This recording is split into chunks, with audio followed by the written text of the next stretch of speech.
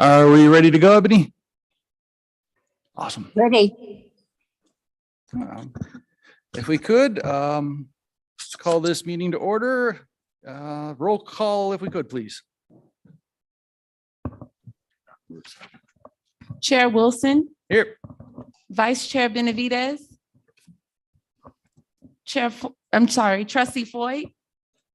Present. Trustee Wah, Here. Trustee Haran, Here. Trustee Melendrez, Here. Trustee Ortiz, Here.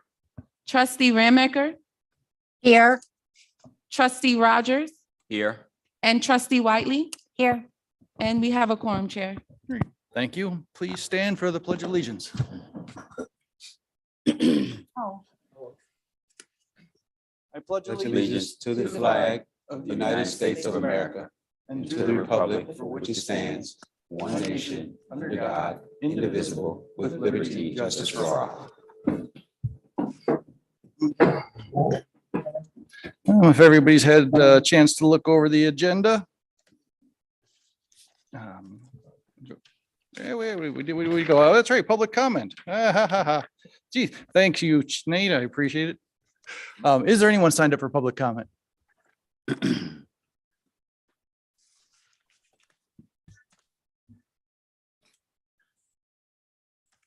No, there is no public comment. Thank you.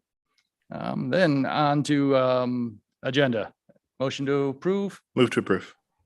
All in favor? Aye. Aye. A motion carries the agenda, and going on to minutes. Move to approve. Second. All in favor? Aye. Right. Aye. Okay, and we'll go on to the chair's report. I have just one quick comment that I'm gonna make. It's not really a report. I kind of was hanging out in the director's office and I noticed a card when I was there talking with them from staff. Just kind of a thank you card note, basically. And it was just nice to see that apparently he's getting out there and meeting the staff, not just staying hidden in his office, because this came from a West Las Vegas branch. And, I just thank you to the staff for expressing the good to our director, because I'm sure he hears the bad all the time. And it's nice to see that somebody actually took the time to tell him the good stuff too. So a little thank you to the staff for me for that. Moving on, library reports, Director Watson. Thank you, Chair Wilson. And thank you for that acknowledgement of the card as well.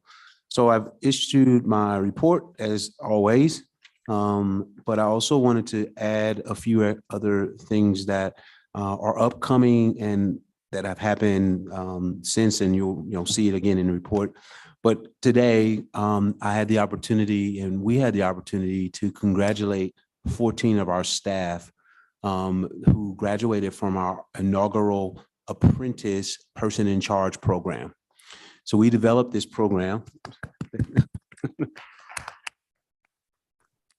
We developed this program, HR, community engagement, the regional managers, John Vino participated, Nicole Bay. I mean, it was a library wide coordinated effort, but the program was developed to support and train our staff and give them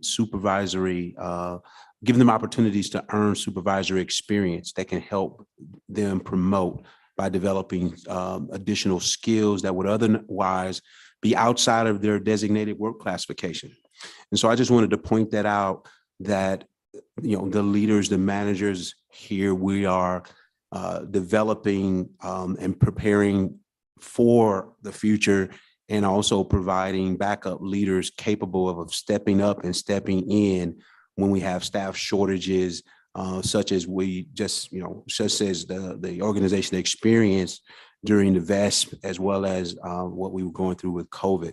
And so I just wanted to say congratulations to those 14 individuals again that I was able to congratulate, and also to say thank you and congratulations to all of the team members that participated in putting that program together, especially, Keely isn't here, but Keely Walker Turner as well. A couple other things that I wanted to share that'll be coming up. One is on May 26th. The library district has been invited to join the governor as he launches his high-speed Nevada initiative to increase high-speed internet across the Silver State. And so this is using some of the American Rescue Plan Act funds. That high-speed Nevada internet access will, better connect the underserved and unserved communities, and again, improve access to government services such as the library district, for example. So on May 26th, our CIO, Mr. Al Prendergast, and myself will be attending that launching of the event, and I look forward to bringing that, bringing back some initiatives that we'll be hopefully participating in.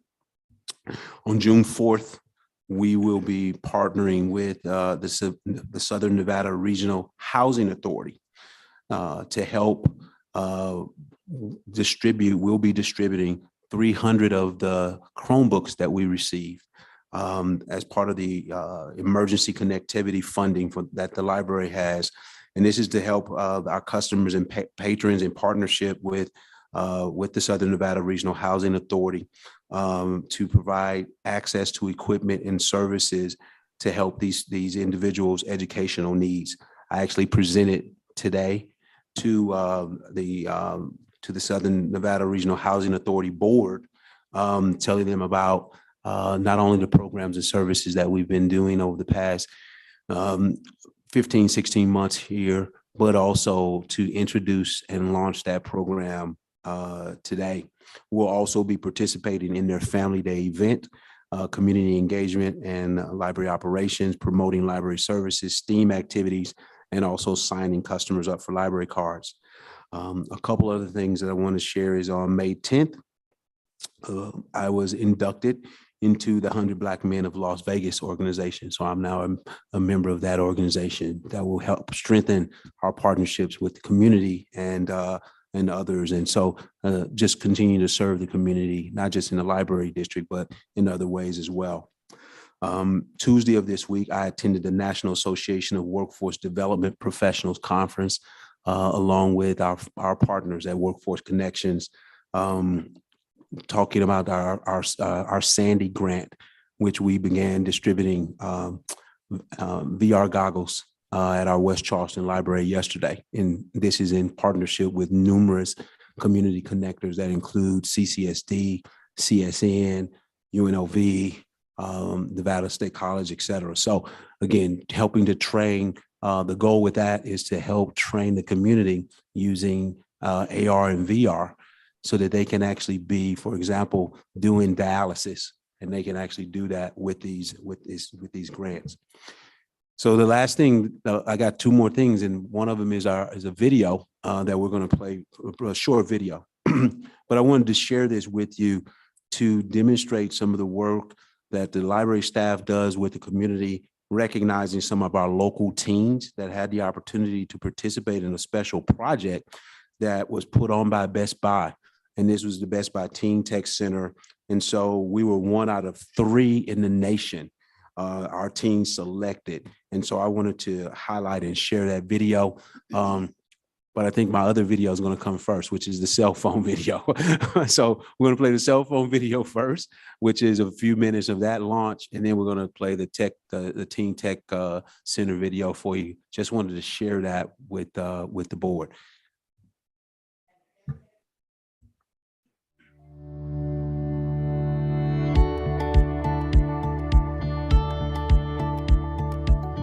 I'm Kelvin Watson. I'm the Executive Director of the Las Vegas Clark County Library District. We're here today to launch our cell phone lending program to help people who are experiencing homelessness. This program will change people's lives.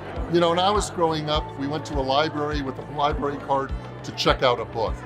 Nowadays, with the internet, you can do almost anything through the library. So it's helping the homeless people that couldn't otherwise connect with society in so many ways. Long gone are the days where libraries are just books or CDs or videos back when I was a kid. Today, libraries are about all those traditional things and more. There are more services now offered by libraries, including so many things on workforce services or health or education, so many of the human resources that people need. We're here for the community, for all of the people of the community, no matter what walk of life, background they're from, and we're here to provide services that will help better everyone. The library self-help program is a really critical part of helping end the homeless cycle, especially for young people experiencing homelessness.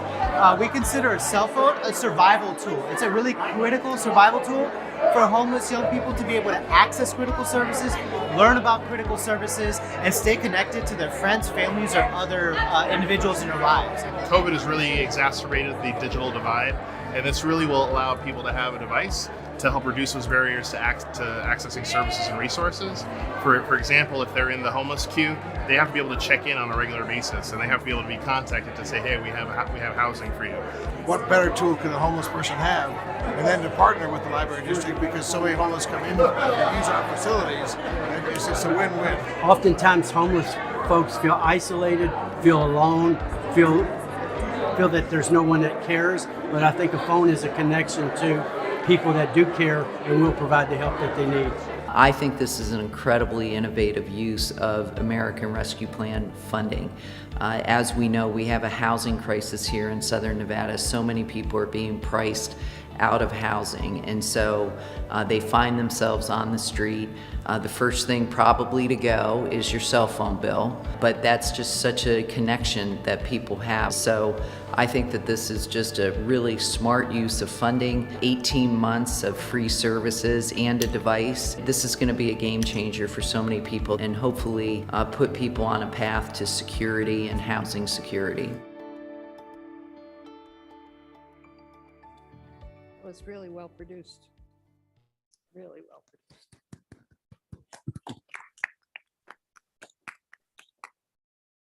Thank you. Next video. Taya, photography is like life. You want to make sure you're looking at different angles, different possibilities. What makes it beautiful? What enhances it? I like that one. That one is good. Remember how we talk about lightning? You have to sit there and hold the button down and let it click so many times to catch that lightning bolt. That's the picture you want. And no one else can take that away from you because you did it. Every time I see you interact with another teen, it's always with laughter and it's always with love. And I cannot wait for you to go out there and to surround yourself with beautiful people that will lift you up. Taya, one day the world is gonna know your power, and I'm gonna be in your corner, defending you fiercely, cheering you on. These are fantastic.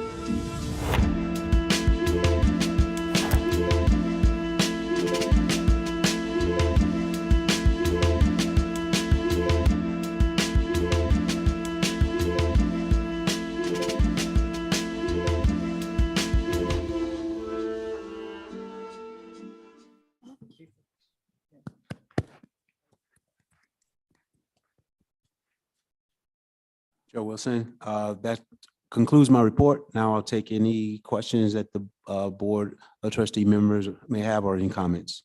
Thank you. My only comment is I remember just a little over a year ago, you telling me before a meeting, I'm really not much for talking. It'll just be in my report. And there's just so much you get done in a short time, huh? Right. Oh, nice job on all of it. Does anybody have any questions for the director's report before we pull up anything else? No? I would like just one question if we could on the library operations, or really a comment, Mr. Segura.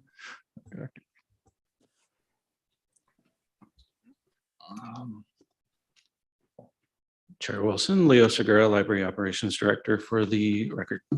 Yes, thank you. I know there's not going to be an answer for this, but it caught my attention that we were watching the incidents through most of the pandemic, and a lot of it was attributed to the mask issues.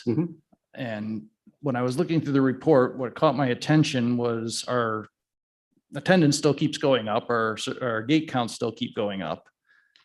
But we're still down, what are we, 40% from pre-pandemic levels, I think, on our gate count. And our incidence ratio right now in March was 1 per 3,900 roughly. In March of 2019, it was 1 per 5,800. Right. So with what I'm wondering, what's catching my attention is that's a 45% increase over pre-pandemic levels, and the mandates are gone now. Do we have any insight as to what is still keeping it at such a high incident level as a percentage of visitors? Yeah, I wouldn't be able to answer that right off. I didn't think you would, but I wanted to point it out because it was just so significant that to be that much up, now that the key friction point was gone. So it's just something we should pay attention to and be aware of if we could, please. And I don't know if we'll find an answer, or maybe there's just the new normal for a while. That people are still on edge. Director Watson has a. So I'll say something, Chair Wilson, because I actually read I read all of the incident reports, as a matter of fact. I don't know to be honest, if we'll ever find an answer. I think as a public entity, though we're not dealing with any mask issues, we are seeing a variety of our customers just be disruptive. We're seeing a lot of people just not wanting to follow simple, what I sometimes will even see as simple directions. So again, though the mask issues are no longer here, we're really seeing incidents, and they range, right? They're ranging, but I don't know if we'll ever get to the answer to say, this is why we're having incidents. I think as a public place, we have people that just, frankly, just act out. So no, it's a fair answer. You weren't here. I read every one of them, like literally every one of the incident reports I read.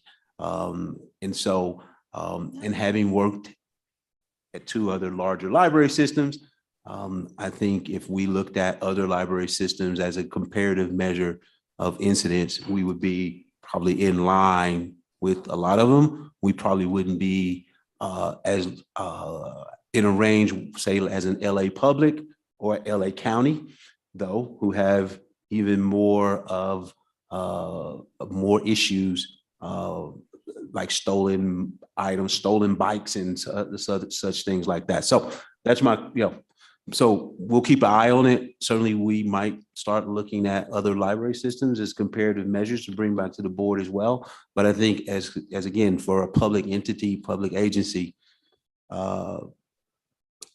the issues are consistent, I guess, from what I've seen in my multiple years in public library service. Fair enough. You've got way more experience than I do. I just caught my attention that it was the only thing really different is we've gone through the pandemic and we have new leadership. So what's changed? Is it just this, or the makeup of our clientele, or are we doing something differently? And it is what it is. I could give you some perspective from the public health field if you'd like. So I would love it. So what we do know as an outcome and impact from the pandemic and the shutdown and everything that's happened, the biggest area where we're seeing fallout is in the mental health and behavioral health of people, just in general. And so whether it was again to the shutdown, coming out in public again, being able to enter, all these things are being impacted. And unfortunately, Nevada is at the list of a lot of bad things right now because of that fallout from the COVID. And that process and what the data that we're starting to get in and pull in is just starting to come out. And so, as an example for what we're doing, the work that we're doing in response to the COVID-19 right now in the public health area is we're doing a lot of education, training, and awareness and development around suicide prevention and awareness. The numbers in terms of opioid abuse and deaths from opioid has skyrocketed in Nevada. And those are a direct fallout from the pandemic over the last 2 years, 2.5 years now. And that's what we're starting. And again, those reports, those numbers are just starting to come out. So I can tell you one way, that's one thing that's definitely impacting our community as a whole. Gosh, it's so nice to have a board made up of so many varying expertise and areas that we're in. Thank you very much for that, Jose. Thank you. That was all. Chair. Does anybody else have any other questions, reports they wanted to pull up? I do have a question, but just as a quick follow-up, and I said this at the director's evaluation, I'm looking at 307,670 gate counts, people that have come into the buildings either once or twice, 10 times, it doesn't matter. I am not surprised at the numbers of incidents. In fact, I feel comfortable because what we did do was add, and Mr. Segura, you can correct me, we added armed security. That was probably in January, February, so I think that helped. We've had, sorry to interrupt, we did have armed security for a number of years now. We've also continued to train our persons in charge or branch picks, leadership at the branches, so that they know how to better deal with incidents that occur at the branch through our general services safety officer. We teach MOAB, or management of aggressive behaviors, and how to deal with people that are exhibiting. And then on top of that, we've tied in programming like the cell phone, the Best Buy Teen Tech with the teens, and Nate's group has done some outstanding programs with showers and caseworkers over at one of our local branches, which I was going to include in my next month's report. But they did some outstanding things at the Whitney Library for us just recently, with meeting some of our customers there at their point of need. And we're also researching some additional methods to reach out and, as Trustee Melendres indicated, to get additional help to some of the people that are experiencing some of that trauma in their daily lives. So we've also done training with the, almost all of our staff on dealing with homelessness and how to have empathy and, treat people like people, and better our customer service overall.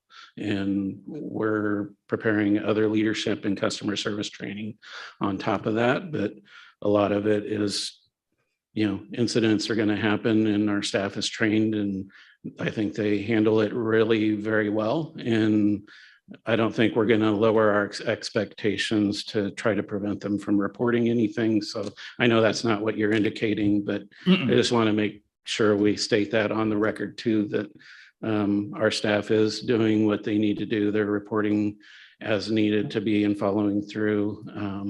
And as Trustee Ortiz says, we're very happy with the results. Thank you. That's exactly what I was looking for. And I do have, if I can ask Mr. Segura a different question. Sure. Every year I ask this question, so you're next. Every year we're supposed to turn in an OSHA report indicating if there's anybody been injured on the job or hasn't been injured on the job. So I don't know if it's been turned in, but all I need to know is just, has anybody submitted a claim for injuries on the job? That would not be my report. That's usually done through general service, who handles our OSHA and safety. Your predecessor was doing it, but Mr. Vino, go ahead. It was attached to my, I want to say February board report, all the incidents we had within the previous year. And we do have a few, I believe one employee out on long-term OSHA, well, not an OSHA claim, a workman's comp claim. Overall, though, our numbers are still pretty low. Very good. So that's what I'm looking for, as long as our numbers continue to stay low as far as the injuries and so on. And just make sure that the form gets filed every year. It's been filed. Yes, sir. Thank you. That was my question. Mr. Chair. Yes. So I just wanted to acknowledge, Leo, you don't have to come back up because you've kind of ping ponged a couple times, and I certainly won't take the thunder out of next month's report, but I just wanted to acknowledge the branch manager and the staff at Whitney Library. Billy reached out to the Homeless Alliance because he's launching his new I Heart Whitney program to really kind of address needs in the Whitney community. And I love Billy's passion, and we were able to do so. It was the first time we did it, but the numbers are really on par with some of the more larger long-term events that we've held. And so I just wanted to acknowledge not just Billy, but the whole Whitney team for really that innovative thinking that we're seeing certainly come from the top, from Kelvin, but to see it come all the way down to the branches, to really reach out to the Whitney community that is in such need, low income homelessness, a really big concern for that community, but that Whitney Library is really stepping up and being involved in that. I just want to acknowledge them for their work and their innovation and their leadership in that. And of course, Leo and Dr. Dean's work in supporting that as well. And of course, Director Watson for supporting those kind of innovative initiatives as well. Now you have to come up with something new for your report next month.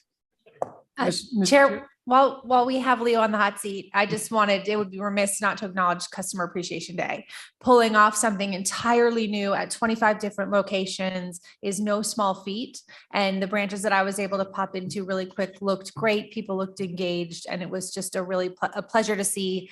I've been pretty vocal about, wanting people to come through the doors and see what we have, because I think once they do, they get hooked. And I just really think you guys hit a home run. And I know you'll have more next month too. So I don't want to, steal your thunder from next month, but congratulations on a job well done. All right, thank you. And just again, that was thanks to Chantel Clark, Ermal Reinhardt, Misty Hayes, Joanna Goddard, and Sherry Walker. And really appreciate the opportunity that Director Watson gave us to engage with our customers in a different way. And it not only made our customers want to come in, but it really engaged staff and gave them an outlet for their passion as well. So thank you. I absolutely loved it. Really great job. Thank you. And if we can, Chair Wilson, Chantel is here, so I'd like her to stand because it was her idea.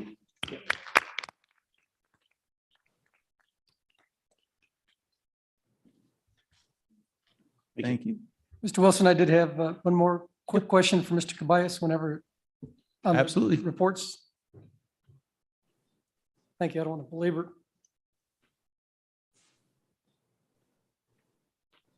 Lorenzo Cabayas, CFO for the record. Just a quick question. It's a reminder actually that this board has had a policy of no expenditures over 50,000 unless they come to the board. And the reason I asked the question, we've had 2 or 3 new directors come on board. Have you taken some time to train them on the procedures? I don't want to push you on the spot, but the General Services Department takes the lead on a lot of our purchasing processes since they have the most contracts, but all of the directors, including the new directors, are familiar with our purchasing policy.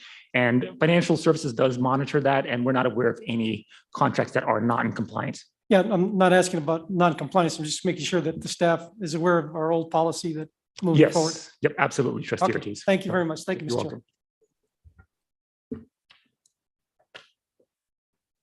Chair. Sure. Branding. Betsy. Betsy. Good evening, First of all, trustees. thank you for getting everybody new caught up on the branding campaign that has been kind of on the shelf and dusted back off again. And I enjoyed getting to see it again. I look forward to finding the polishing touches.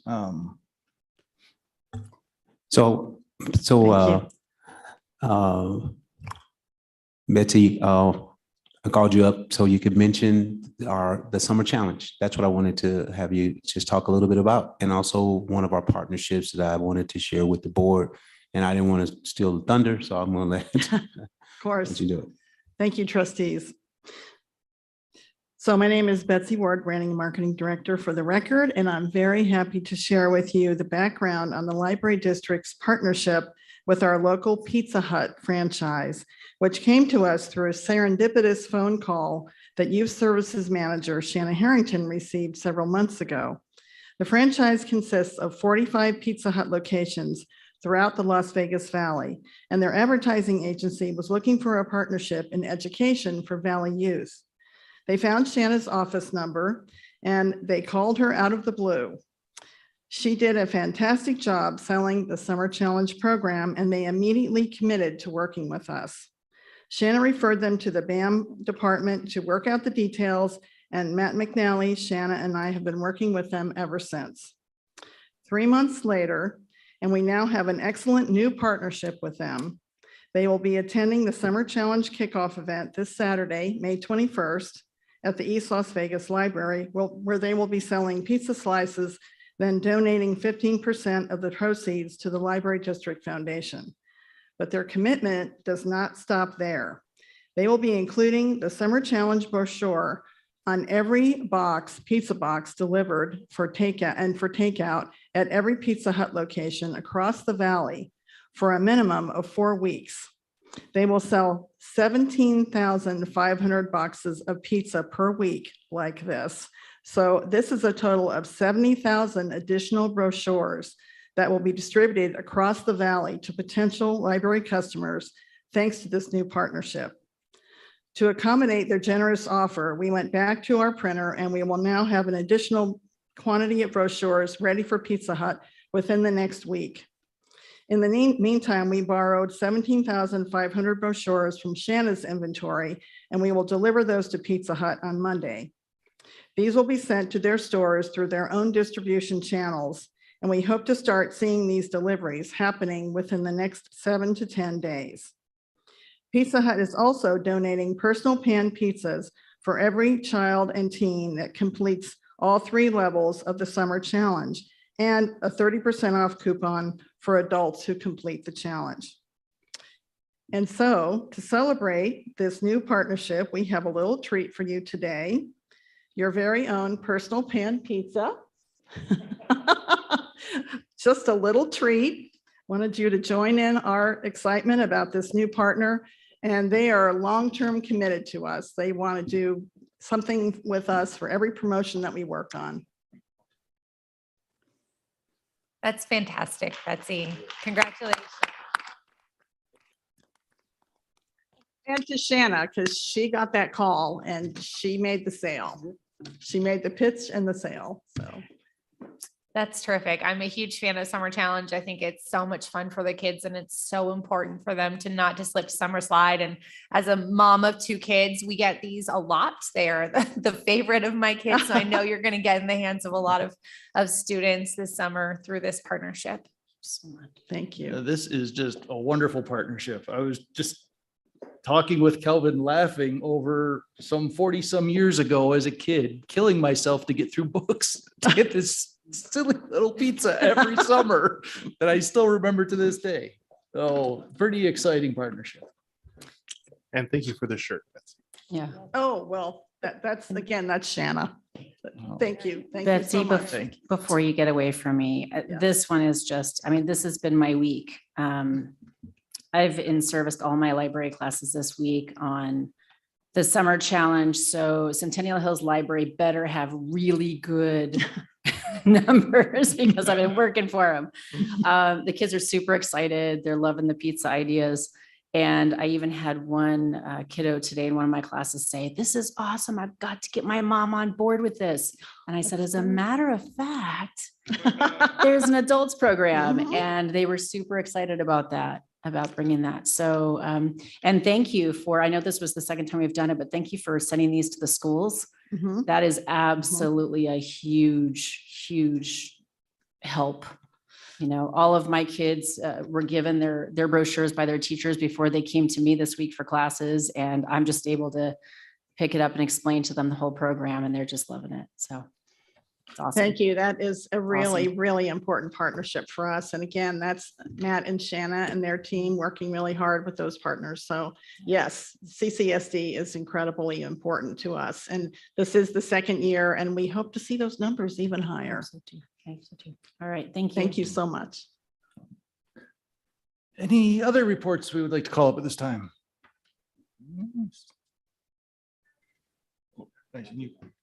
Wait, before really quick, I just and she doesn't need to come up, but I just want to give a huge acknowledgement to Joanne, who's been here a month, 3 months, and has done just phenomenal work. Seeing your report, seeing everything that's in there, Joanne, you have rocked it, rolled it, and I love seeing it. Looking forward to seeing more. So thank you for everything you've done and what you'll continue to do.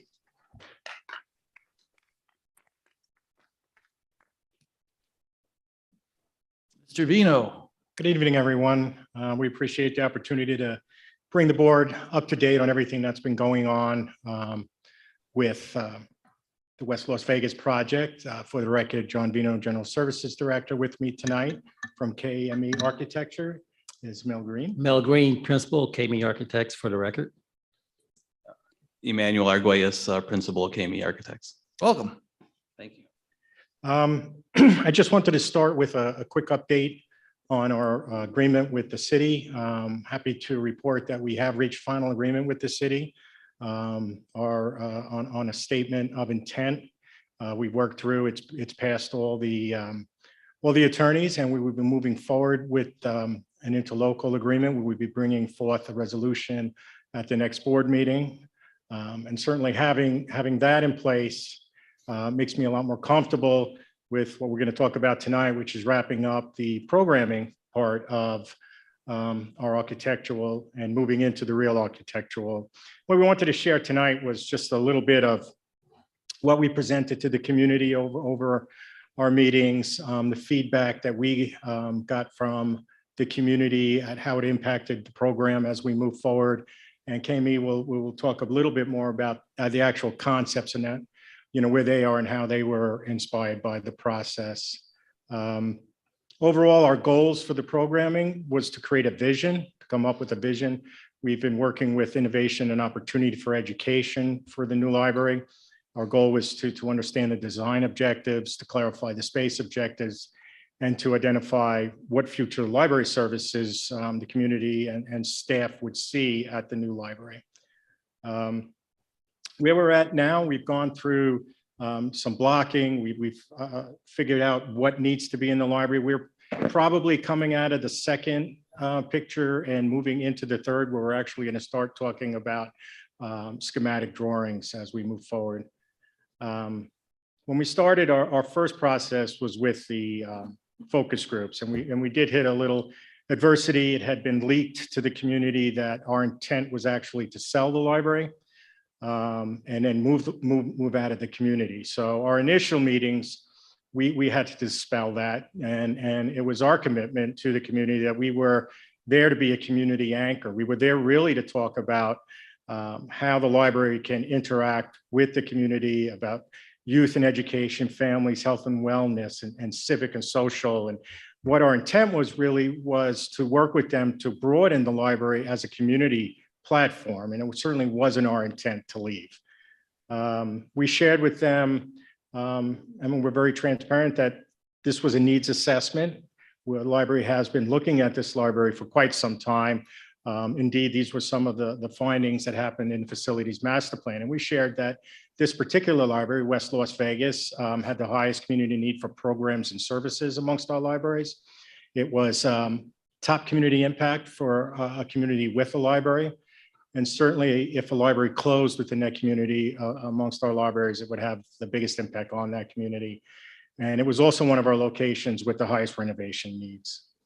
So once we talked about that, the first thing that kept coming up at the meetings was, great, we agree with the branch needs renovations. Why can't we just renovate this particular location? Why do we have to build a whole new location? Why do we have to move? So we did talk about, and we explained the availability of space at that location. One of the biggest drawbacks for our staff is every time they bring a new initiative, if we try to do something, we have to cancel or stop something. Like we just were able to expand the need for additional computers, but of course that cost us floor space, and we lost shelving. And that's been a continuing issue that staff has had to deal with.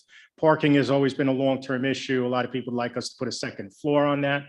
Just doesn't, we don't have the parking for the square footage we have now. If we increase the square footage, it really wouldn't resolve anything.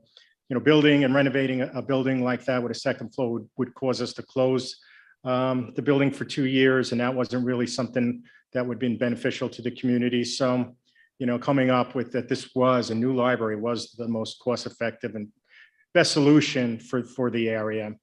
In this particular slide, we used at all our community and focus group meetings, and I think it had the most significant impact.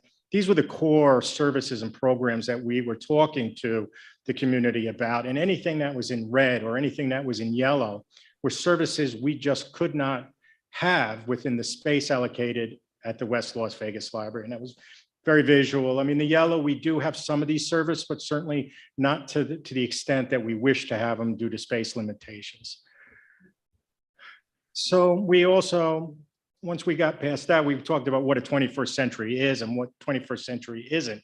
And we were very clear that, you know, it's not about the books, it's about services. And we spent some time with the community talking about how a new building would have the flexible spaces that we needed, and a building to be enjoyed by the community, a place that creates opportunity for learning, for social connections. And we spent a little bit of time talking about, you know, the programming for 21st century skill sets that we want to bring to a new library, critical thinking, the creativity and collaboration that a makerspace brings, and certainly visual literacy, media literacy, and everything that goes along with and entrepreneurial literacy was also a big topic at these meetings.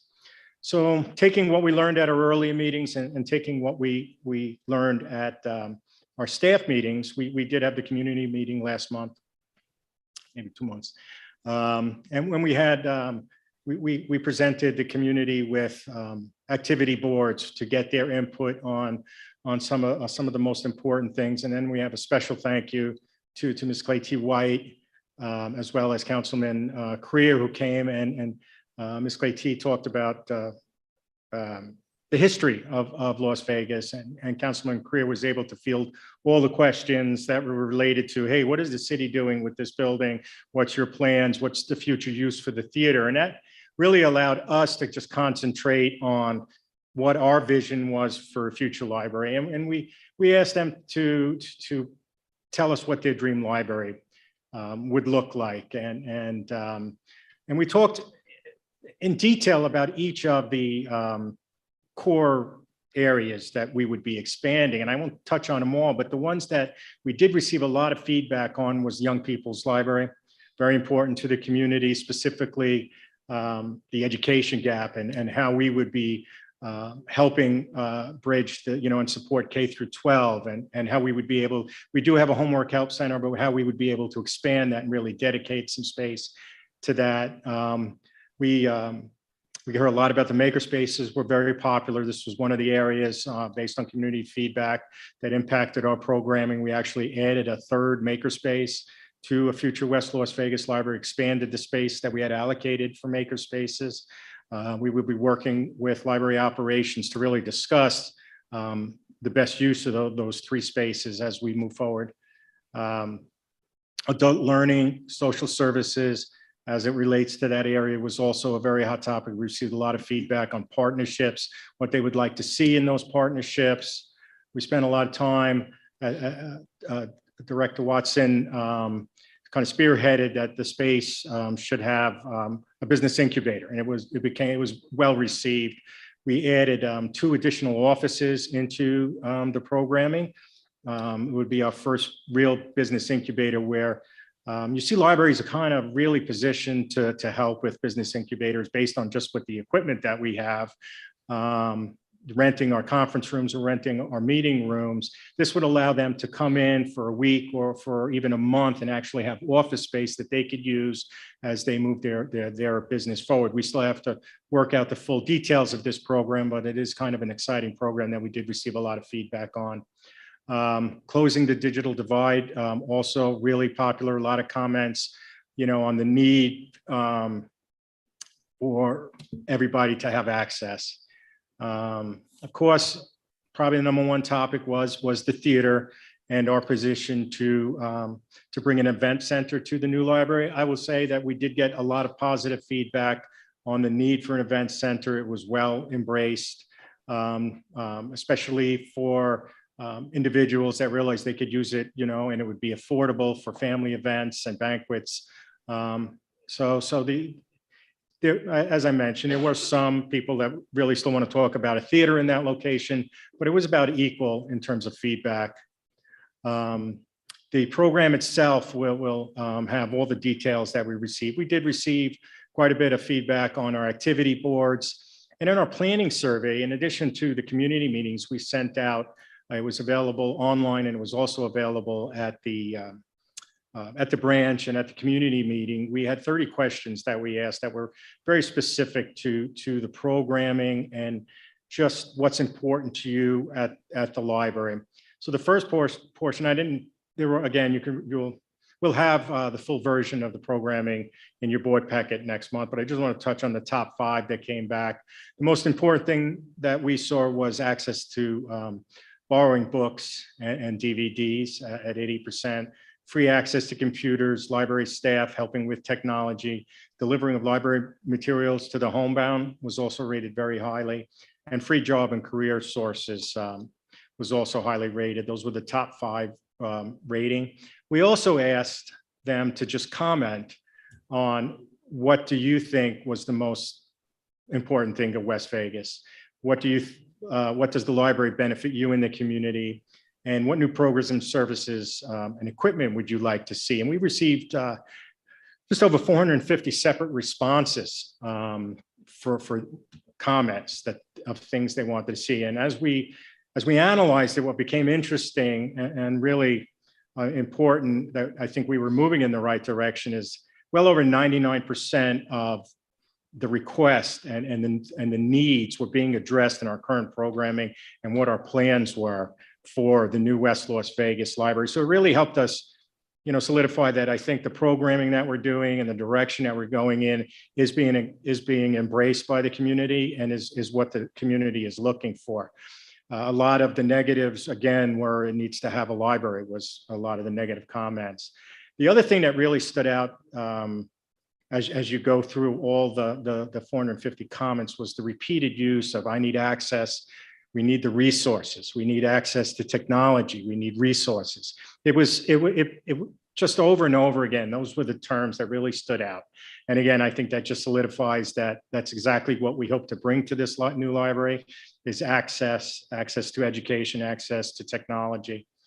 So what we did after those meetings, KME provided an overall diagram, and you'll see this again in the program. I'm just going to touch on where we went from there. And after meeting with staff, we did a very broad diagram of all the different areas that we needed to capture. From there, we did what's called programming blocks. And that tells us, you can't just say, hey, well, we know we need staff space. We had to break out every type of staff space. We captured all of that, what we needed, break rooms, conference rooms, in all the different areas. And from there, we came up with the enumerated program, which is very specific, it's very detailed. I broke out here, you can see the multi-purpose room. It's not enough to just say we're gonna have a 3,400 square foot event space. It needs all the support space, the green rooms, the vestibules, the storage. And we came in at, and I think I've mentioned this, we're still at 39, roughly just under 39,000 square feet for this branch, which is, it may actually be larger in terms of usable square feet than East Vegas. It's very comparable. I don't, as we get into the actual schematic and we talk about adjacencies and everything else, that can go up and can go down. It's going to be what that building needs to be for that community. And then from there, we spent a lot of time on adjacencies. It's important to understand where that room and where that space needs to be within the library. So we spent a little bit of time on that. Now we're into space diagrams. Staff is spending a lot of time going through this. Again, you'll see this in the program as we publish it, hopefully in a few weeks. It's more than, we want to build a podcast studio. What are the acoustics requirements? What is the environmental engineering? What are the finishes we expect? Again, these are the recipes that we give to the architects to tell them how we want our building designed and what we expect to be in it. And there's also a qualitative considerations. We start talking about what the lighting will be, what the network structure will be, what kind of furniture we expect to be, electrified furniture, seating, things like that. We certainly have listed all the acoustical ratings for the different areas, and we're working through this. They have delivered a very comprehensive, a very detailed program for this new library. And of course, it has, we did include the analytics for the West Las Vegas library service area. You'll see that, what population growth, what we can expect to see there as we build this library now. And then through the next 20 years, we did include the market segments, and the different areas will also be included, in the program as we publish it. And now I'm going to hand it over to these guys to give you a little idea of what inspired them and what concepts they're seeing as we move forward, into schematic design and concepts. All right. Well, thank you and good evening. And I just want to first say that both Mel and myself are incredibly ecstatic to be a part of this project. We hold the historic West Side in a special place in our heart, and so we really are pleased when we're able to provide support to the community and services to the community. So what I wanted to start with is just kind of showing some examples here of some projects that we've worked on in the West Side that we're really proud of, and it's just an opportunity for us to kind of show some things that we've done, right? So first and foremost, the Rainbow Dreams Academy, of course, that's located right across the street from the current West Las Vegas Library, and so everyone's familiar with that. We've done some work for Clark County School District and Wendell P. Williams and Kermit Brooker Elementary School, and more recently the restoration and renovation of the historic West Side School, which we're really proud of, and we won an award for a couple years ago. So we like to brag about that whenever we get an opportunity. And just recently or currently, we're doing an expansion to the Pearson Community Center, a splash pad for them, for the community to use. So we really get excited about doing work, not only within Las Vegas, but especially in the historic West Side. So we just want to say thank you again for letting us be a part of this exciting project.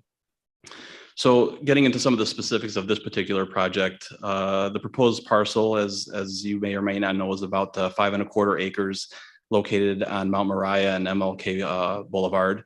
And we're starting to now dive into some of the diagrammatical elements of the site itself to determine what we can fit on the site.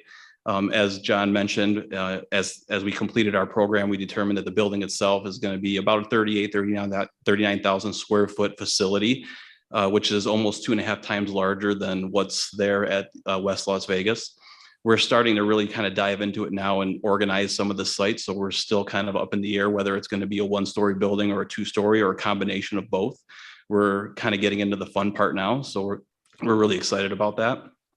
And what we've started to do is really analyze some of the adjacencies around the site and some of the elements and attributes that we can utilize. As we all know, the Legacy Park that was just completed is directly to the north of us. And so we really want to try to make a connection between our library and that park and drive people back and forth from the two. We think that's a really strong connection.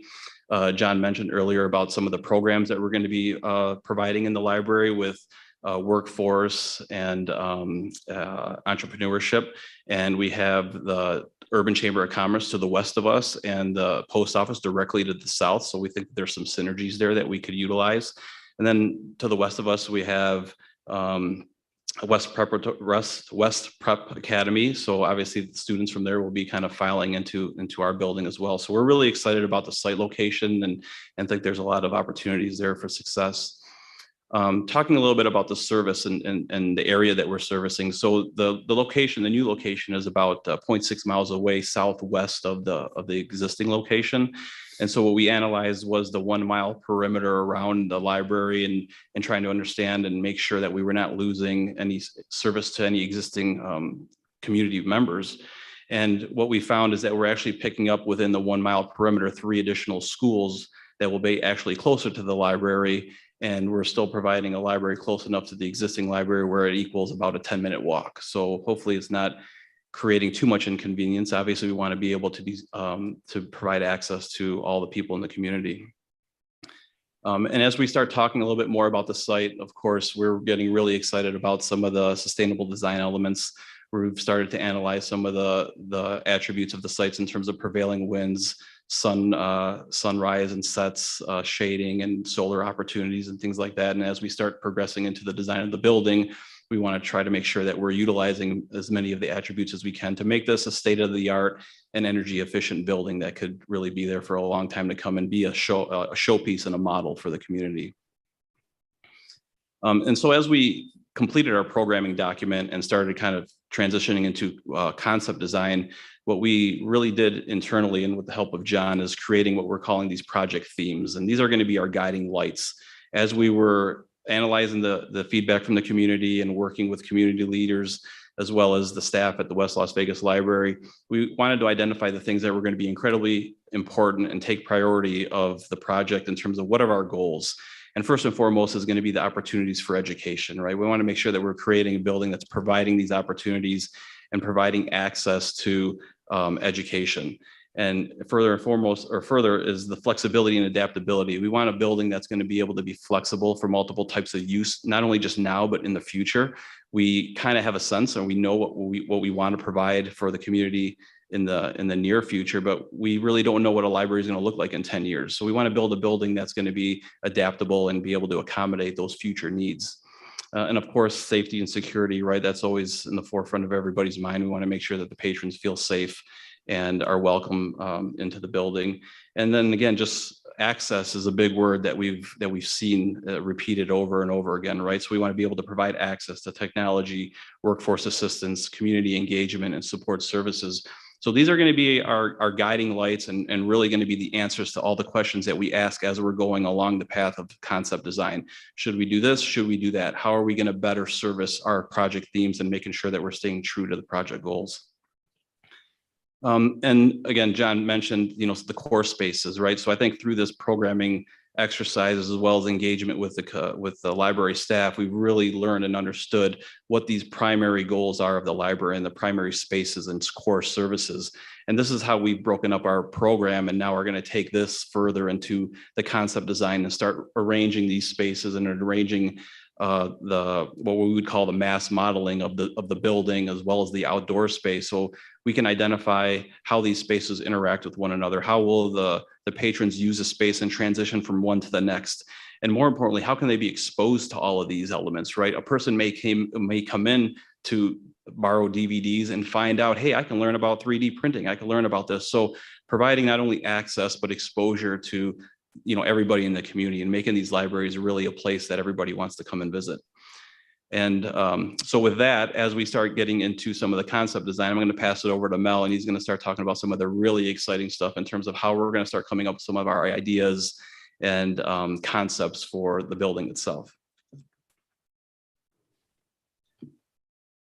Thanks, Emmanuel. One of the things that we wanted to make sure is that in terms of our form and connectivity, we wanted to make sure that the community understood the cultural roots. And so what we wanted to do was we wanted to make sure that we had some Afrocentric theme in terms of bringing some of the past to the present. For as looking at some of the images you will see, we wanted to utilize some of the motifs on the buildings themselves. They could be landscaping, it could be the exterior of the building, interior of the building, using patterns. So to us, that's a fun part of design, coming up with some concepts for that particular venue. So in looking at forms and patterns, we wanted to make sure that we could utilize some of the traditional patterns such as kente cloth, the actual motifs on the sides of the buildings for paintings and things like that.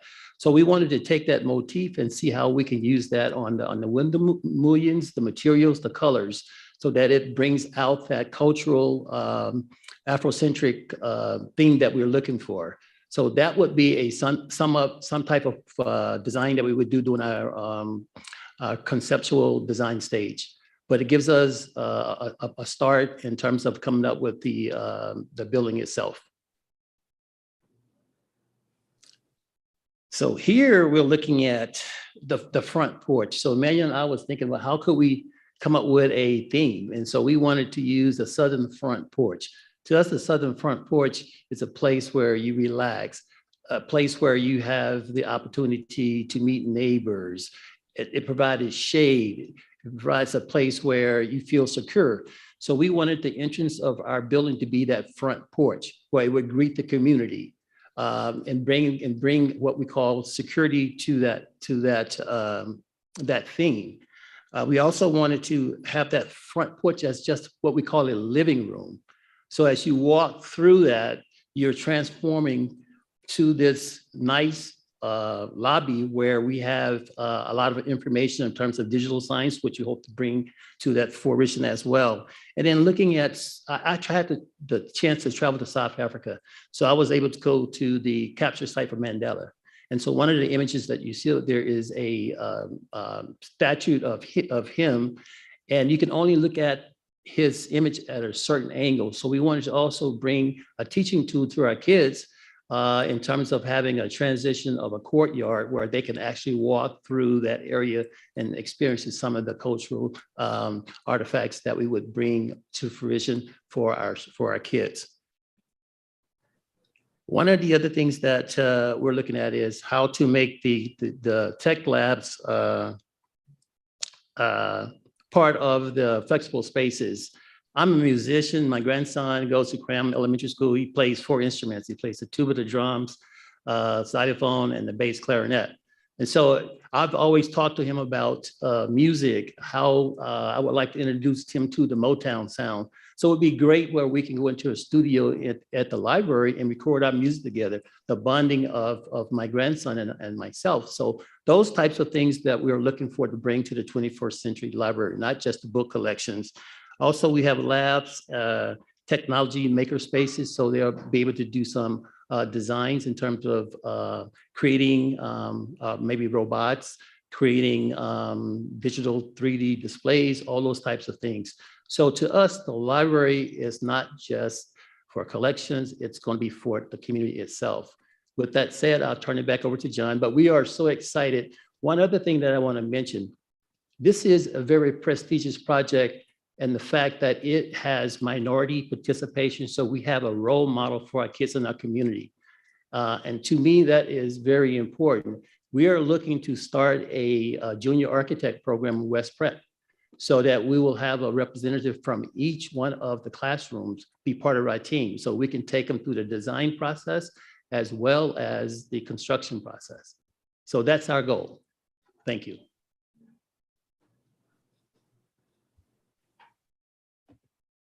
So just to touch on next steps, as I mentioned, we'll be bringing a resolution to the board based on the terms and conditions that we've worked out with the city, hopefully in June. And then in July, we will have a public meeting on those. And if board approves, you will approve us to move forward and finalize that interlocal agreement, which will allow us to move ahead and work out the sale and transfer the property. We'll be working over the next couple of months with KME. We will bring them back to bring conceptual designs to the board as we bring forward some conceptuals and have, hopefully decide on what this building is going to look like on that space. And then we'll move directly into schematic design. So a lot going on over the next 60, 90 days on this project, but it's the fun stuff. And I'll be happy to answer any questions we have. We just wanted to share where we were. It's been a few months of activity. Thank you very much for the update. Very excited to see that the city issue is finally resolved. I can't wait for you to start running up here with all kinds of requests for big fat checks. The sooner the better, faster you go, great. Yep. We are well funded for this next year. We're in good shape. I just can't wait to get going on it and go quickly. Thank you very much, gentlemen. Thank you. Mr. Chair? Yes. I just want to kind of, and maybe this is too early to ask it, but I just, and I don't know if this is for John or KME, but as you're kind of thinking about rolling around in your head and about what this will eventually look like on a conceptual basis, we received a presentation about how one of the feedback that we get for a lot of our branches is they look too governmental and too institutional. And I just wanted to know, kind of get your sense of how has that played has that thinking played a role in kind of the direction that you're leaning toward, or have you given much thought to trying to make it so it doesnn't look like a government building? I think that's a fair statement. I think that certainly will come into play as we move forward, and certainly the board will have the deciding vote on the conceptual drawings and how they want to see it. But we ran into that at East Vegas. You're right. We made some changes on that. There was a lot of talk about, the roof changes and the windows and being able to see inside to show that it wasn't a government building. So that will certainly have impact on this building as well. I just had a comment as well. I love your idea about the southern front porch. My daughter lives in the south and the homes are so appealing. And I know this building will be extraordinary. As a parent who did raise kids, a sheltered area for waiting because parents come and pick them up, or they're waiting for the bus that'll be nearby or something that isn't inside the building, but still has a place to sit down or be sheltered from the wind, like we have a lot of, Yeah, would absolutely. be very appealing. Absolutely. Thank you. We will definitely take that in consideration. Thank you. Mr. Chairman? Yes, Trustee Unless Ortiz. somebody else. Mr. Chairman, through you, first of all, can you go to the first slide? And then I have a question, comment, and then some questions or requests. Actually, second slide. Working for a state agency, all I hear is from that agency and every other agency that they want to go paperless, Nice thought. The problem is that technology has been reduced to a telephone, and so many of the state agencies are going to DocuSign now. And so I do like the idea of teaching library help with technology. That is so critical, because as all the government and state agencies go paperless, there's a big population that's going to be left out unless they learn how to use the technology, right? So that's great as far as that concerned. Actually, can you go to the picture where it shows West Las Vegas and the first library? Back one.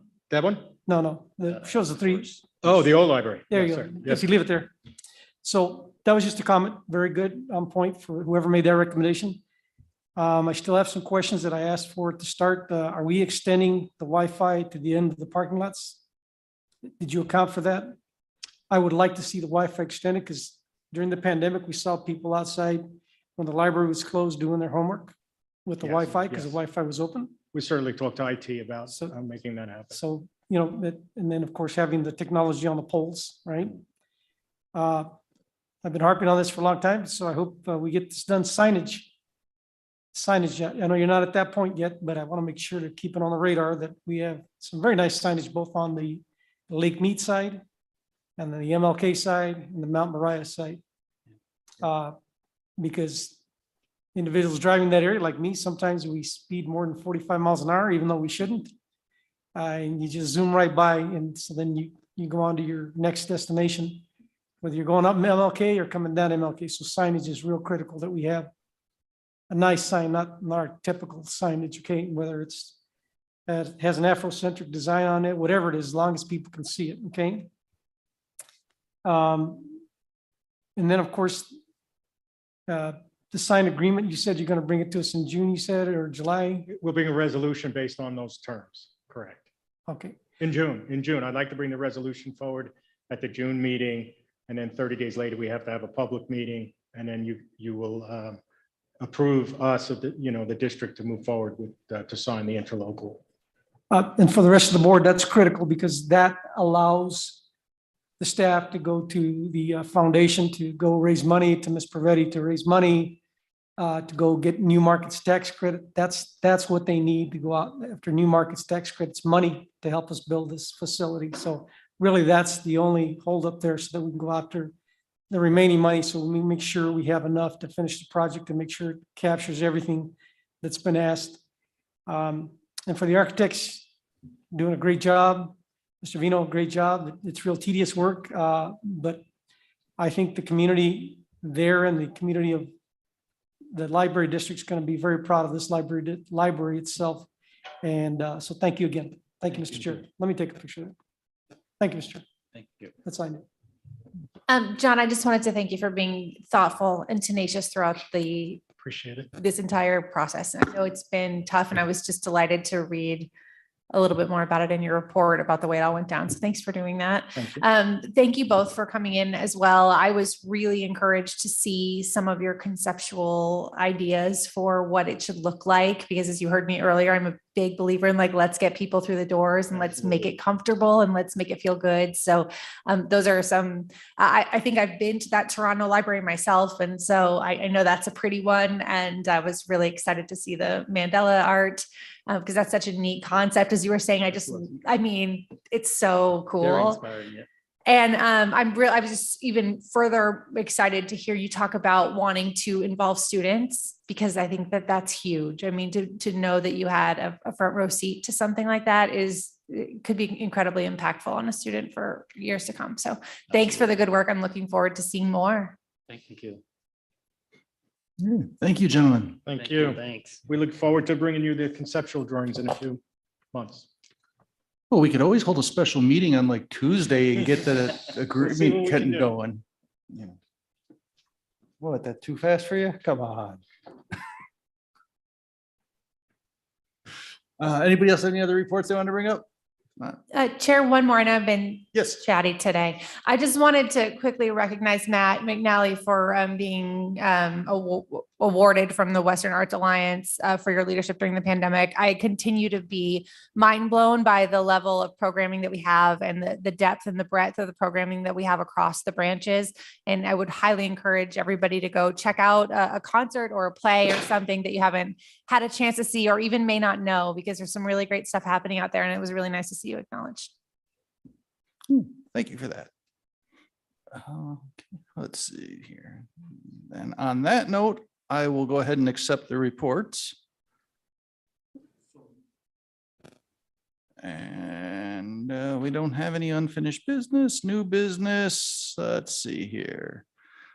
Let's go on to our public hearing for the tentative budget for fiscal year 22-23.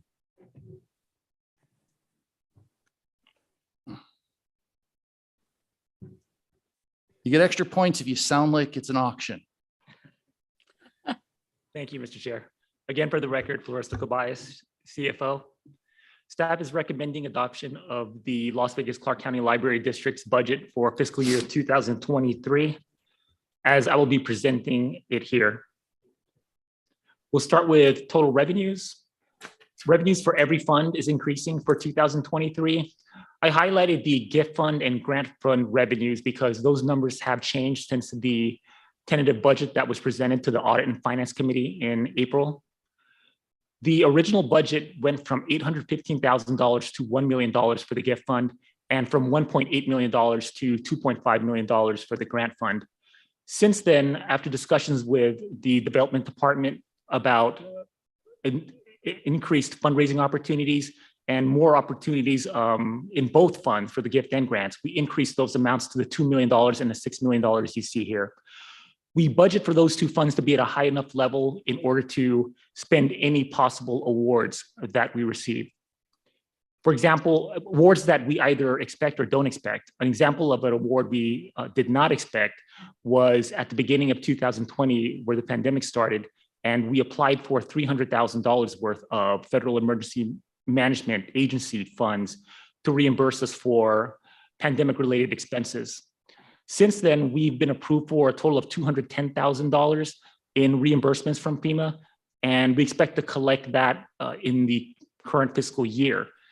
And again, as an example of unexpected awards, in 2020, we weren't aware of how much we would be approved for, nor how much or how long it would take to be approved. And so we're very happy to have been approved for those funds within 2 years, which is well above average for FEMA funds.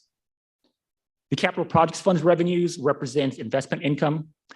That amount is 4xing in the upcoming fiscal year because we're moving from a low interest rate environment to higher interest rates. The district doesn't carry any debt, so there is little activity in the debt service fund. And general fund revenues are also increasing. I'll go into that in more detail after we discuss expenditures. Expenditures for most major funds are also increasing. Again, I'll point out the $2 million and $6 million for the special revenue funds. Those expenditures are budgeted to match the revenues because we can't spend more than we actually received in gifts and grants. Capital projects funds are budgeted to increase by $5.7 million, and that's due to the construction projects we have planned, along with replenishing and catching up on shorter term projects to building maintenance and repair and for technology upgrades. The general fund expenditures are budgeted to increase by about $4 million. And I will also break down that figure after we talk about the general fund revenues. As always, property taxes and the consolidated sales tax, or CTX, together represents the majority of general fund revenues. Property taxes are increasing, of course, due to appreciation in property values. And there is concern about a potential correction in property values because of rising mortgage interest rates, inflation, and other factors. But I'll point out that actual market values in real property are a lagging indicator of the district's actual property tax revenues. So an actual decline in the next year in market values won't impact the district's property tax revenue collections for at least one, if not more, fiscal years. I highlighted the CTX amount of $30 million because that's another figure that has changed since the Audit and Finance Committee meeting last month. We originally budgeted that amount at $31 million, but have since reduced it by $1 million to $30 million as a concession to the economic uncertainty that we're currently facing. I'll discuss how we can mitigate that potential risk and volatility in the CTX when we get to the ending fund balance. Here are the general fund expenditures. Salaries and benefits are increasing due to annual pay increases and merit raises. Services and supplies expenditures are budgeted to increase as we recover from the pandemic and provide more services and programs to our community. Library materials expenditures is a function of total general fund expenditures. Our policy is to budget for library materials at 15% of total expenditures in the general fund. I again highlighted the $76 million in total 2023 expenditures because, again, that total has changed since last month's Finance and Audit Committee meeting. The difference is an increase of $141,000 that is made up of increases and adjustments in salaries and also professional services in the services and supplies category. Back to the ending fund balance, we expect to have $15.2 million at the end of fiscal year 2003 as an ending fund balance. That represents 20% of total expenditures in the general fund, which is what we consider a safe reserve during challenging economic times. And we'll continue to budget at that level until we see less fear and more certainty in the economic environment. As I alluded to with the CTX revenues, in the case that we have shortfalls in that revenue, which is the most volatile, having such a substantial ending fund balance can be used to offset any shortfalls in revenues without having to decrease spending if we chose to do so. Another option in the case of revenue shortfalls would be to simply reduce the amount of transfers from the general fund to the capital projects fund. And you can see that we have $34 million budgeted to be transferred from the general fund to the capital projects fund, but we don't expect to have to resort to reducing that transfer in the upcoming budget year. And here's where the $34 million would be going in the capital projects fund. I'm also excited about Mr. Vino's and KME's architecture's expenditures and their plans for the new West Las Vegas library. You can see that $25 million of the total $34 million will be directed towards capital construction, with $4 million budgeted for expenditures as we kickstart capital construction for the new library project. Another $4 million each is being directed to tech replacements and building repair and maintenance, as I explained earlier. That amount of transfers will maintain the fund balances at the end of the year for those two critical programs. And $3.1 million is budgeted for each of those programs as we continue to progress with short-term projects that were deferred during the pandemic. Those are all of the details I have for the board tonight, unless there are any questions that I can answer. Thank you, Mr. Cabayas. As usual, very organized and very easy to digest. I appreciate it. I do not have any questions. Do any of the board at this time have any follow-up questions? As this is a public hearing specifically on the budget, is there any public testimony regarding the tentative budget?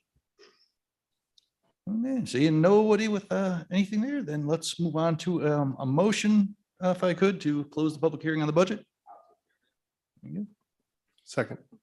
Well, I'll read it. Motion to convene a public hearing regarding the Las Vegas Clark County Library District's tentative budget for fiscal year 2022-23. Following the staff report, board review, and public testimony, a motion is required to close the public hearing on the tentative budget. Second. Motion by Trustee Rogers, second by Wah. All in favor? Aye. Any opposed? Okay, motion carries. Mr. Chair, if I can have 10 more seconds, I wanted to ask the trustees to stay long enough for Lynn Wing to get your signatures on the budget document. All right, thank you. Okay. And Thank you, Mr. Chair. The only comment I had Just heard the public can hear it again, zero debt. The library has zero debt, which is a testament to a lot of people and especially the finance people to make sure we're on track. But hopefully it'll sink in down the road for those watching on YouTube and hearing that, what that means.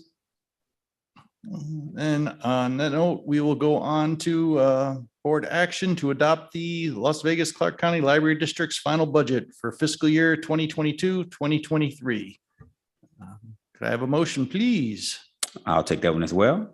Motion to adopt the final Las Vegas Clark County Library District's fiscal year 2022-2023 budget, subject to any modifications as directed by the trustees, and instruct staff to adjust estimated fiscal year 2022-2023 revenues in accordance with final estimates from the Department of Taxation, provided such estimates are received in sufficient time for staff to make adjustments by the June 1st, 2022 filing date. Second. A motion by trustee Rogers, second by Wah. All in favor? Aye. Aye. Any opposed? Motion carries. That concludes our regular agenda. Announcements, our next meeting for June will be held Thursday, June 9th at the West Charleston Library. How appropriate. They'll be bringing us an action item. Well, west is west, not West Las Vegas, but close enough. July's is going to be July 14th at East Las Vegas, and August will be August 11th at Clark County Library. Is there any public comment at this time? No, there isn't. Okay, then on that note, we are adjourned. Everyone, please stick around for signatures. I have a question. How do you want me to sign this? Will you send me a document? It will be sent over.